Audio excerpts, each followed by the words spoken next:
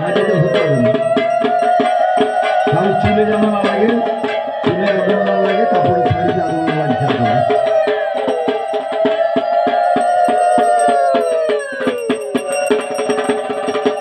Mic লাগিয়ে দাও, যেটা উদ্বোধন করছে।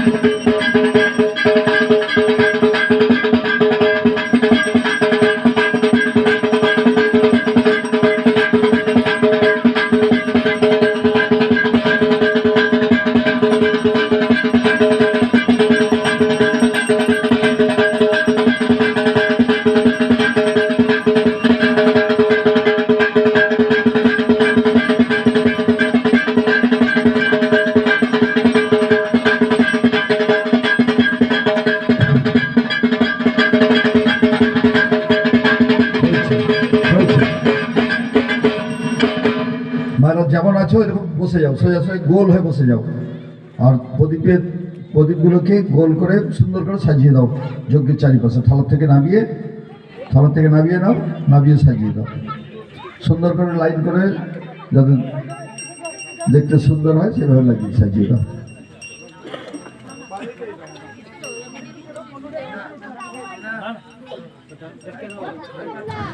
বৈদিক শান্তি যজ্ঞ এখানে শুরু হবে বেদের মন্ত্রে।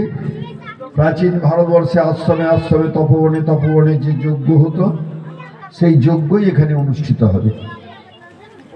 আজকে যজ্ঞ হচ্ছে কল্পতরুর মতো, যা চাওয়া যায় তাই পাওয়া যায় যদি আমরা শ্রদ্ধা রুচিন্তে আমরা যদি যজ্ঞে অংশগ্রহণ করি। সকলে মন্ত্র বলবেন, আমি ছোট ছোট করে বলবো, ভুল হোক অসুবিধা নেই। যিনি যজ্ঞের মন্ত্র বলবেন তিনি পবিত্র হবেন। লেখাপড়া, ব্যবসা বাণিজ্য, বিভিন্ন ক্ষেত্রে যারা রয়েছেন সকলকার কল্যাণ সাধিত হবে। সামনেটা কেবল গুরু মহারাজের সামনেটা ছেড়ে দেবে, ওই জায়গাটা বাদ দিয়ে দুপাশে বসে।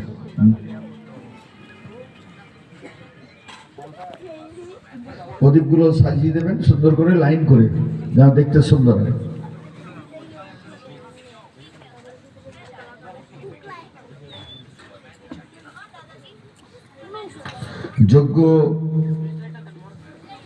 যজ্ঞ কথার অর্থ হচ্ছে দান।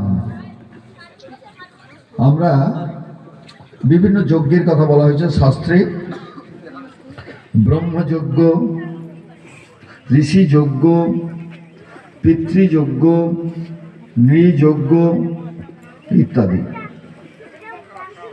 প্রতিদিন পূজা পাঠ এটাকে বলা হয়েছে দেবযজ্ঞ। শাস্ত্রগ্রন্থ পাঠ এটাকে বলা হচ্ছে ঋষিযজ্ঞ।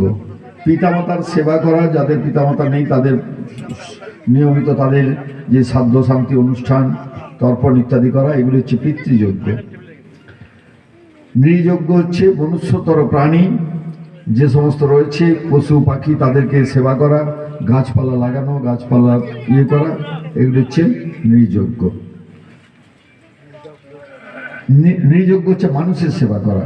আর ভূতযজ্ঞ মানুষের কল্যাণের জন্য কাজ করা। আর ভূতযজ্ঞ হচ্ছে জীবজন্তু, গাছপালা, তাদের সেবা করা, গাছপালা রক্ষা করা, জীবজন্তুকে রক্ষা করা, দেখেছো দুর্গা পূজা করি, সমস্ত দেবদেবীর সঙ্গে আমরা কি করেছি, বিভিন্ন জীবজন্তুর আমরা পূজা করে থাকি, পেঁচা, হাঁস, ইঁদুর, সাপ, ময়ূর ইত্যাদি থাকে। আমরা তার সঙ্গে দুর্গা পূজার সঙ্গে করি কি, নবপত্রিকার পূজা করি।